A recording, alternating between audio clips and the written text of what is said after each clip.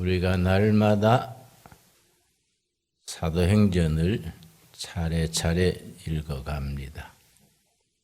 오늘은 6장 후반부에까지 왔습니다. 15절 공회 중에 앉은 사람들이 다 스데반을 주목하여 보니 그 얼굴이 천사의 얼굴과 같더라. 스데반이 돌에 맞아 순교하기 직전 얼굴이 천사 같은 얼굴이었다 합니다. 은혜가 깊어지면 환경을, 조건을 극복하게 됩니다. 스데반은 사도행전 6장 첫 부분에서 예루살렘 교회가 뽑은 첫 집사, 7 집사 중에 한 사람이었습니다.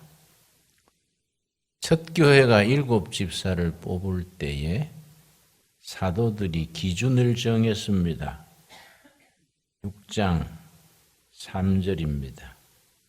6장 3절에 첫 집사를 뽑을 때에 2가지 기준을 제시하고 거기에 적합한 사람들 7명을 뽑았는데 7 집사 중에 첫 손가락이 스데반이 꼽힙니다.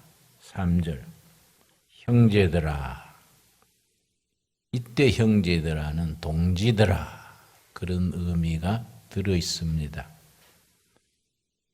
너희 가운데서 성령과 지혜가 충만하여 칭찬받는 사람 7을 택하라. 우리가 이 일을 그들에게 맡기고 우리는 오로지 기도하는 일과 말씀 사역에 힘쓰리라.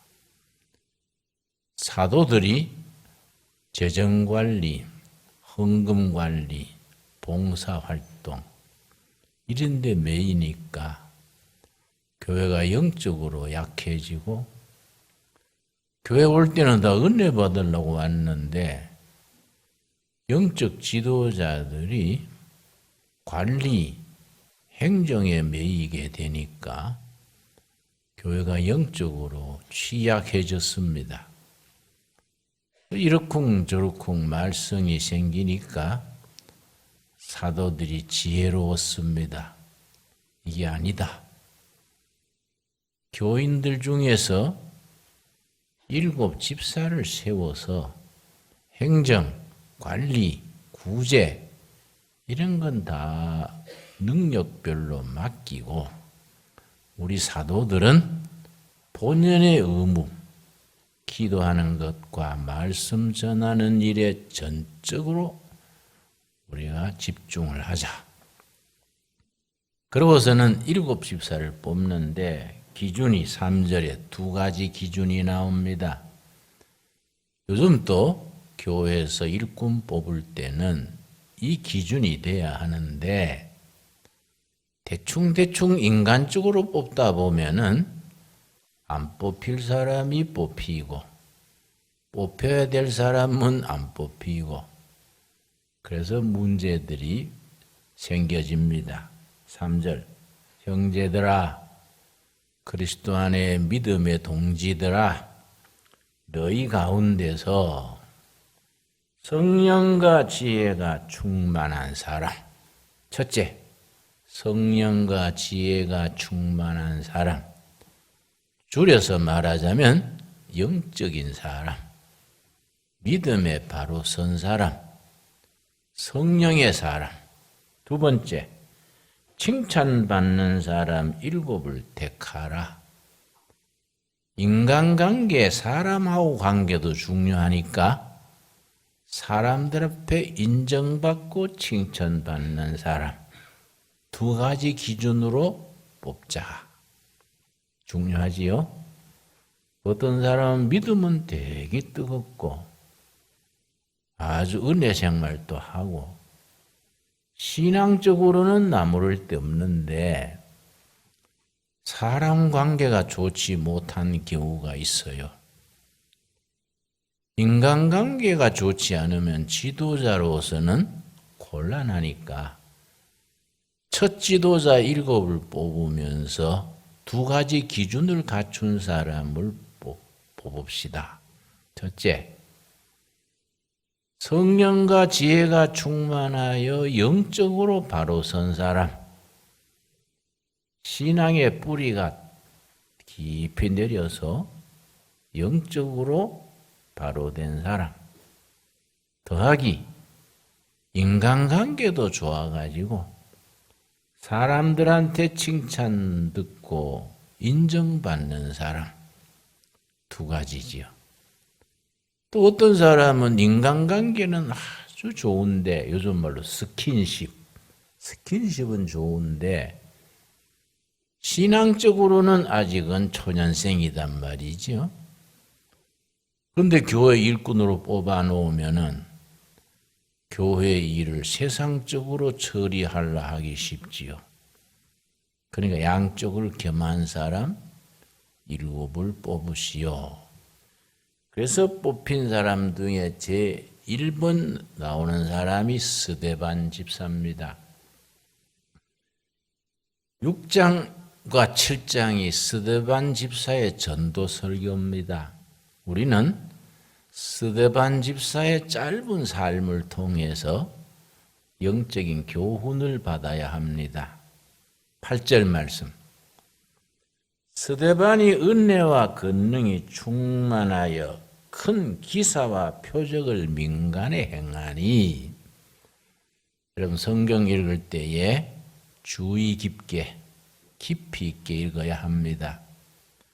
스데반 집사도 은혜와 권능이 충만해서 전도 설교했고, 그 앞에 2장 3장의 베드로 사도도 은혜와 권능이 충만해서 전도 설교를 했는데, 베드로 사도는 은혜와 권능이 충만해서 전도 설교했더니 그 당일에 예루살렘 시민 3,000명이 회개하고 세례받고 교회로 들어왔습니다. 이어서 6장 7장에는 스데반도 은혜와 권능이 충만해서 전도 설교를 했는데, 설교한 내용을 보면은 베드로 설교보다가 스데반 설교가 훨씬 더 깊이 있고 성경적으로 폭이 넓고 훌륭한 설교입니다. 그러면 전도 설교 내용도 좋고 깔끔하게 잘했는데, 베드로 사도가 설교했을 때처럼 3,000명이 회개하고 예수 믿게 됐느냐? 반대입니다. 돌멩이 3,000개 날아와가 맞아 죽었어요. 순교했습니다. 우리가 성령 충만 주시옵소서 할 때 조심해야 됩니다. 성령 충만 주시되 베드로처럼 주십시오. 내가 한 분 전도하고 설교하면 3,000명 회개하고 돌아오도록 그렇게 해 주십시오. 내가 주문할 수 있습니까? 성령 충만했는데 스데반처럼 돌멩이 3,000개 날아와서 맞아 죽으면 이건 차원이 다르지요. 그러니까 내가 이쪽 베드로 쪽으로 하랍니다. 전 스데반 쪽은 싫습니다. 그럴 수는 없지 않습니까? 쓰시는 하나님의 뜻을 따라서 쓰임새가 다른 거지요. 그런데 스데반 집사가 아주 성령 충만해서 예루살렘 시민들 앞에 아주 막 달변으로 우렁차게 전도 설교를 했더니, 베드로의 경우에는 듣는 사람들이 성령의 찔림을 받아서 우리가 잘못했구나. 그 귀한 나사렛 예수를 우리가 십자가에 못 박아 죽이다니, 형제들아 우리가 어찌할꼬, 막 회개하는 마음이 일어나고 교회로 돌아왔는데, 스데반 집사는 아니다. 같이 성령과 권능이 충만해서 전도 설교했는데 듣는 사람들이 마음에 굳어져서 그걸 강팍해진다 그래요. 일을 가는 겁니다. 분노가 생겨가지고 증오심 폭발해가지고 돌을 들고 칠라는 거예요. 본래 이스라엘은 원래 돌이 많습니다. 그래서 돌 얘기가 성경에 많지요. 예수님도 시험 받으실 때에 이 돌이 떡이 되게 하라. 스데반도 돌로 쳐서 죽으니라. 그 유대 나라 가보면요. 돌이 많습니다. 밭에 흙에 돌이 섞인 정도가 아니에요. 돌에 흙이 섞인 정도로 돌이 많은 나라입니다. 그래서 우리 꼴짝엔 돌이 많지 않습니까? 내가 개간할 때마다 이스라엘 땅 생각하는 거예요. 여도 성지처럼 돌이 많구나. 그런데 그런 전설이 있습니다. 하도 그날은 돌이 많으니까 하나님께서 천지 창조하실 때에 각 나라의 돌을 천사를 통해서 돌자를 운반하는데 이 전설이에요. 천사들 시켜서 너는 아메리카, 너는 아프리카, 너는 코리아 자루를 맨 천사들이 날아가서 돌을 전하는데 이스라엘 상공에서 천사가 실수해가지고 돌자루를 떨어뜨려 버렸대요. 그래서 그 나라에는 돌이 엄청 많다. 그런 비유가 나올 만큼 돌이 많습니다. 돌이 맞아 죽기 전에 공포에 찔려야 될 텐데 두려워서 피하려 해야 될 텐데 아니에요. 아까 읽은 본문 말씀 15절 다시 읽겠습니다. 6장 15절. 공회 중에 앉은 사람들이 다 스데반을 주목하여 보니 그 얼굴이 뭐라 그랬습니까? 천사의 얼굴. 영적인 사람, 하나님의 사람들은 가난하고 몸에 병들고 때로는 오해받고 힘들어도 그 마음은 편안하고 얼굴이 천사같이 변함이 없는 사람, 영적으로 높은 수준이지요. 아주 그런 사람들을 동양적으로 표현하면 내공이 강한 사람이라 그럽니다. 자, 스데반이 무슨 설교를 했는데 사람들이 그렇게 칠라 그러느냐? 6장 13절 말씀. 스데반의 전도 설교를 막 싫어해가지고 스데반을 해코지 하려고 듣는 사람들이 어떻게 나왔는가? 거짓 증인들을 세우니 유대나라 전통에 두 사람의 증인이 서면은 그 사람을 인민재판식으로 즉결 처분할 수 있습니다. 이 사람이 하나님을 모독했다. 성전을 부인했다. 이런 식으로. 우리가 그걸 현장에서 들었습니다. 두 사람의 증인이 있으면은 그게 하나의 법전에 있는 게 아니라 전해오는 전통이에요. 두 사람의 거짓 증인을 세우는 겁니다. 거짓 증인들을 세우니 이르되 이 사람이 이 거룩한 곳과 율법을 거슬려 말하기를 마지 아니하는도다. 14절. 14절이 예수님 또 십자가에 사형할 때 이 제목으로 사형시켰습니다. 스데반 집사도 인민재판식으로 돌로 쳐서 죽일 때 같은 제목입니다. 14절. 그의 말에 이 나사렛 예수가 이곳을 헐고 또 모세가 우리에게 전하여 준 규례를 고치겠다 함을 우리가 들었노라.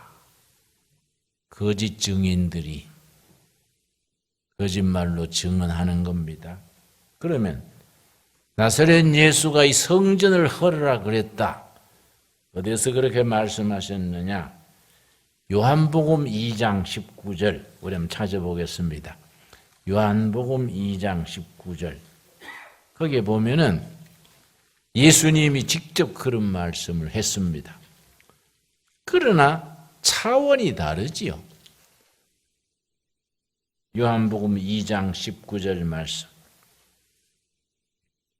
예수께서 대답하여 이르시되 너희가 이 성전을 헐라 내가 사흘 동안에 일으키리라. 예수님께서 제사장 바리새인 유대인들 앞에서 이 성전을 헐어라. 내가 사흘 만에 일으키겠다. 그런데 유대 전통에는 성전 중심의 신앙이에요. 성전 건물을 숭배하는 겁니다. 성전을 훼손시키면 사형에 해당하는 죄, 성전 훼손죄. 근데 예수님이 이 성전을 헐어라. 내가 사흘 만에 다시 일으키겠다. 그러니까 그 사람들이 뿅 가는 거예요. 야, 이거 건수다. 그런데 예수님이 말씀하는 성전은 이 건물 성전이 아니지요. 요한복음 2장 20절. 유대인들이 이르되 이 성전은 46년 동안에 지었거늘 너가 3일 동안에 일으키겠느냐?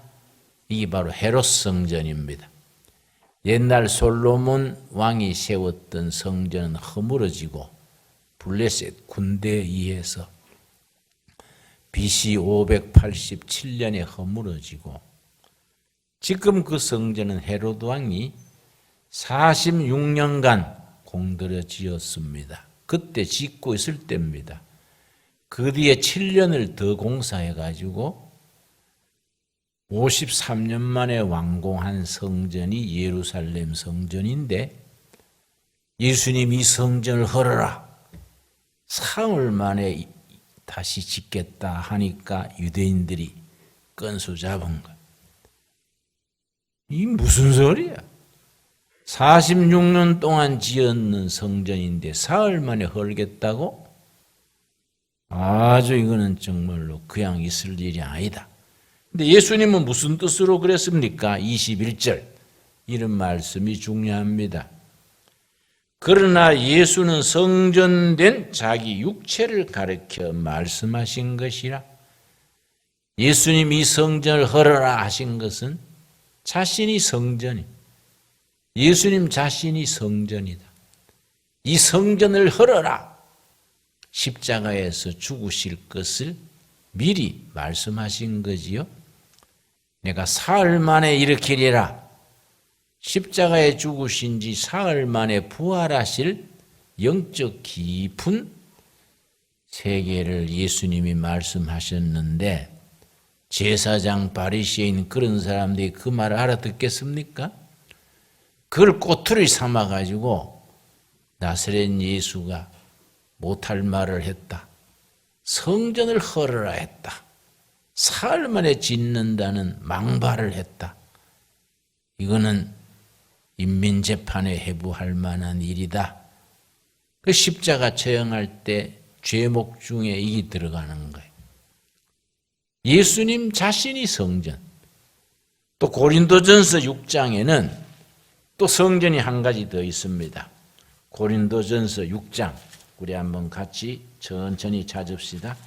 고린도전서 6장 우리 학생들도 앞으로 성경을 구해서 예배 드릴 때는 자기 성경을 꼭 가지고 다니면서 읽도록 합시다. 좋습니까? 예. 고린도전서 6장 19절 말씀. 예수님이 몸이 성전이고 또 고린도전서 6장 19절에서는 너희 몸은 너희가 하나님께로부터 받은 바 너희 가운데 계신 성령의 전인 줄 알지 못하느냐? 너희는 너희 자신의 것이 아니라 우리 몸이 성전이다. 왜냐? 믿음으로 사는 우리들에게 하나님의 영 성령이 와서 머물러 계시기 때문에 하나님이 영이 계시는 곳은 성전이지요. 너희 몸이 성전이다. 그래서 20절 값으로 산 것이 되었으니 예수님이 십자가의 핏값을 치르고 우리를 사서 성전되게 하셨다는 겁니다. 그런즉 너희 몸으로 하나님께 영광을 돌리라. 우리 성도 여러분, 몸 성전된 우리 몸으로 하나님께 영광 돌릴 수 있게 되기를 바랍니다. 같은 말씀이 고린도전서 3장에 나옵니다. 그 앞에 고린도전서 3장 16절 말씀. 너희는 너희가 하나님의 성전인 것과 하나님의 성령이 너희 안에 계시는 것을 알지 못하느냐? 너희가 알아야 한다. 너희 몸이 성전이다. 하나님의 성전이다. 몸 성전이지요. 우리 몸 성전을 잘 관리해야겠지요? 항상 거룩하게, 정결하게. 하나님의 영이 거하시는 성전을 아무렇게나 막 관리하면 안 되지요.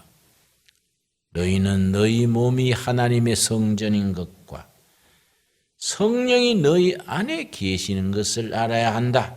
17절 고린도전서 3장 17절 누구든지 하나님의 성전을 더럽히면 하나님이 그 사람을 멸하시리라. 하나님의 성전은 거룩하니 너희도 그러하니라. 하나님이 거룩하시고 하나님이 머무시는 성전이 거룩하니 너희들도 하나님의 영이 거하시는 너희들도 거룩하게 살아라. 거룩한 삶을 살아라. 이해가 갔지요? 그래서 우리가 경건의 삶이란 것은 거룩하여지는 삶인데 경건은 글자 그대로 풀면은 예수님의 삶과 인격을 닮아가는 것을 경건이라고 그러고 경건하려고 애쓰는 삶을 거룩하여진다고 말합니다. 그래서 디모데전서 4장에서는 뭘로 거룩하여지느냐? 말씀과 기도로 거룩하여진다. 말씀은 하나님께서 우리에게 다가오시는 방식이고 우리는 하나님께 기도로 나갑니다. 다시 말씀드립니다. 우리가 하나님께 나갈 때는 기도로 나갑니다. 하나님은 우리에게 뭘로 다가오신다고요? 말씀으로 다가오십니다. 우리가 하나님께로 나아가는 기도와 하나님이 우리에게 다가오시는 말씀이 딱 만나는 곳, 거기서 거룩한 역사가 열매로 맺어지는 겁니다. 신앙생활은 거룩하기 위해서 열심히 자신을 다스리는 생활인데 그걸 경건한 삶이라 그러고 경건은 예수님의 삶과 예수님의 인격을 닮아가는 것을 경건이라 그러고 경건은 그냥 되는 것이 아니라 경건은 훈련을 쌓아야 된다.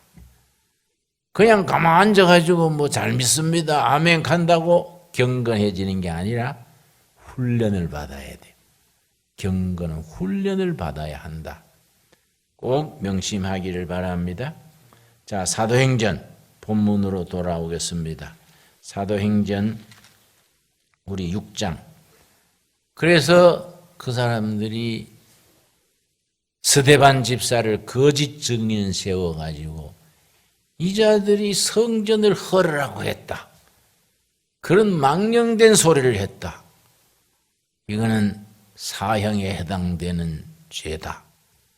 그래서 돌을 가지고 스데반을 쳐서 죽기 직전인데 그런데 스데반 집사는 오히려 천사 같은 얼굴입니다. 우린 스데반 집사에게서 이런 모습을 배워야 됩니다. 조금 힘들면 막 울상을 짓고 조금 어려우면 우울증에 걸릴라 하고 성질 부리고 이거 안 되지요. 스데반 집사는 돌에 맞아 죽기 직전인데 얼굴이 천사 같은 얼굴로 편안한 마음으로 7장 마지막 절에 스데반 집사가 죽을 때의 모습이 아주 생생하게 나옵니다. 7장 58절 말씀, 사도행전 7장 58절. 성 밖으로 내치고 예루살렘 시민들이 스데반 집사를 성 밖으로 밀어내고 돌로 칠세, 증인들이 옷을 벗어 사울이라 하는 청년의 발 앞에 두니라. 나중에 바울이 된 사울입니다. 나중에 위대한 전도자가 된 바울이 예수님을 만나기 전에 사울인데 믿는 사람을 그렇게 모질게 박해하고 스데반 집사가 돌에 맞아 순교할 때 증인이 섰던 사람입니다. 이 자는 죽어도 마땅한 자다. 증인이 한 사람 있어야 돼요. 그 사울입니다. 59절.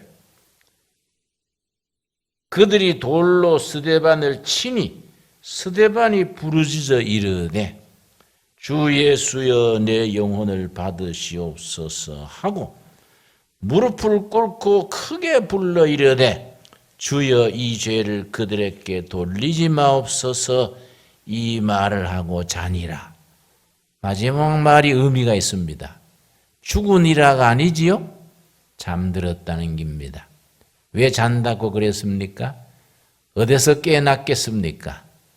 천국 예수님 나라에서 깨나기 때문에 구약에서는 죽었다 표현하지만은 신약에서는 잔다. 믿는 사람들은 잠들었다가 깨기를 천국에서 예수님의 나라에서 깨나니까 스데반이 자기를 돌로 치는 사람들을 저주하지 아니하고 그들을 위해서 중보기도 하면서 잠들었다는 겁니다. 우리가 스데반 집사와 같은 어떤 처지 환경에서도 그렇게 얼굴에 변하지 아니하고 천사 같은 마음, 순수한 영혼으로 하루하루를 살아갈 수 있기를 바랍니다. 기도하겠습니다. 하나님 감사합니다. 오늘 수요일 저녁에 주님 이름으로 성전에 모였습니다. 예수님의 몸된 성전, 또 우리 몸이 하나님의 영이 거하시는 성전임을 읽었습니다. 이렇게 눈에 보이는 성전, 우리 교회당에서 스데반 집사처럼 어떤 위협과 어떤 위험과 시련 속에서도 변함이 없이 한결같은 마음으로 천사 같은 마음으로 그런 얼굴로 천국까지 갈 수 있게 인도하여 주시옵소서. 예수님 이름 받들어 기도드렸사옵나이다.